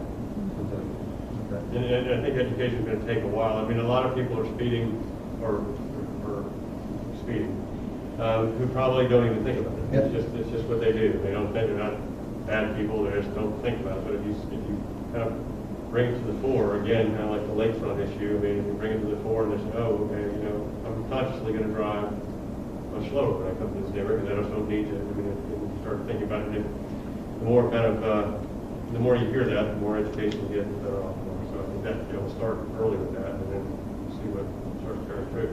And I think that's a good motion. I think we can break this into two, and maybe we can come back and accept the study as part of a larger investigation as well, because I think we do want to accept the study. It's been transmitted up to us now to accept it at some level.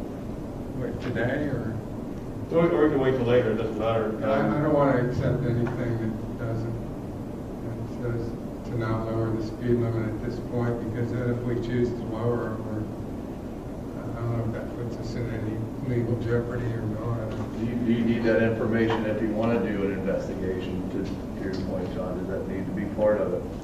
Well, I think that, you know, an investigation doesn't all have to point, all data points don't have to go to the same conclusion. So I don't think this harms us to accept it. I think we can accept it as part of a larger investigation. And if you ultimately have enough other, you know, people brought up, well, this is schools in the middle of the neighborhood, that people are in scooters, people are in golf carts now, there are all kinds of other things.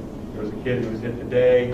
And in fact, you know, just so you know, the guy who introduced the legislation that says that we can lower the speed limit, and it is in one of those AGOs, Cliff, that you and I were going back and forth about. You know, he said, basically, it was a legislator who brought this up in Florida, in Tallahassee, years ago, and he said, okay, currently we're hamstrung, we can't lower our speed limits. What I'd like to do with this new bill that allows municipalities to lower their speed limit is to allow them to do so with an investigation, so they can come by later and say, you know, here it is, blah, blah, blah. The President's statute says that any municipality can only lower the speed limit to 30 miles an hour. This is back in the day, so now it's 25. And says they can't go below that. This bill allows them in a particular instance, if they investigate and find out there's been a series of injuries, then they can reduce it to 25 miles an hour, which would be our 20 miles an hour. So the guy was clearly, in my view, he was not thinking about all the DOT standards. He's just saying if you investigate and find out there've been a series of injuries, good enough. He wasn't saying that's the only investigation you have to do. There's other investigations you can do. Turns out we have somebody who's been injured today, and there are other factors that go into it. So I think we can accept this in the wash with other factors that come in. I think So I think that okay. So we got one motion, and then if you wanted to have yeah, we'll go one at a time. Yeah. Okay. So we got the motion.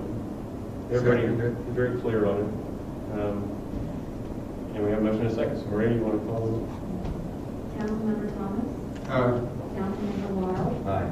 Councilmember Guthrie? Aye. Councilmember Paul Harrison? Aye. Mayor Lambert? Aye. And then my question, John, on the acceptance of the report is: do you want to accept it? Do we need to accept it? And if we do, is there language that you would recommend in the acceptance motion that you made to make it part of your overall what you were saying? Okay. Well, for the first part of that, I'll ask Mark Riggedy, do you all need it to do what you need to do? Is it better to have this thing accepted by council and blessed by council? It would certainly, it would help us, yeah. I'd like another one of those meaningless words like we appreciate it or we respect. Perhaps a motion to accept as a portion of the larger traffic study to determine the ultimate city council words inserted. Right, yeah. So staff recommend, I would look at the motion and say staff recommends city council move to accept the Northeast Neighborhood Speed Country Traffic Analysis as a portion of, a larger investigation into the need to lower speed limits, or need to, speed control. I think there's I sense some hesitancy of the word accept, and I don't know if you could acknowledge receipt or acknowledge. We recognize it, we appreciate it, we like it. I think recognize, acknowledge. I think close given that. So that would be mine. So if I have to make that motion, which I will, is to say that we move to acknowledge. Yeah. Recognize? That's going to be fine. At the end of the day, what the mayor has said is correct, which is it's going to be part of what goes into the blender, so to speak, of figuring this thing out. And what's the word that you use? So acknowledge is fine. What's the end report again? I'm sorry, I'm blanking out right now. I was reading what it's called up here. You mean no, the one you said that will get us the final. And the statute just calls it an investigation. Investigation. Okay. So I would make a motion that we move to acknowledge the analysis, the traffic analysis, to be incorporated or to be a part of the investigation to be formally completed at a later date. Second. Motion and a second. Any discussion? Does that get you all what you need? Sure can. Yes, to move forward. We're going to come back to you with the proposal, so. All right. Okay. Maria, would you call the roll? Councilmember Wild? Aye. Councilmember Guthrie? Aye. Councilmember Paul Harrison? Aye. Councilmember Thomas? Aye. Mayor Lambert? Aye. Okay. We got through the first of this. I think there's going to be a lot of discussion about this, but thank you. And thank you all for sharing your evening with us.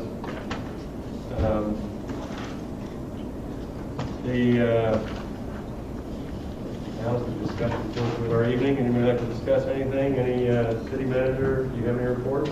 Just a reminder, ribbon cutting this Wednesday, 5:30. We're going to start out at Fennell Street for the western extension of the east-west bike trail. We'll be meeting right there at the wellhead where we did the groundbreaking. And then immediately following that, we'll come back over to this side of town for the Mohican ribbon cutting. We'll do that at the corner of Mohican and Arapahoe.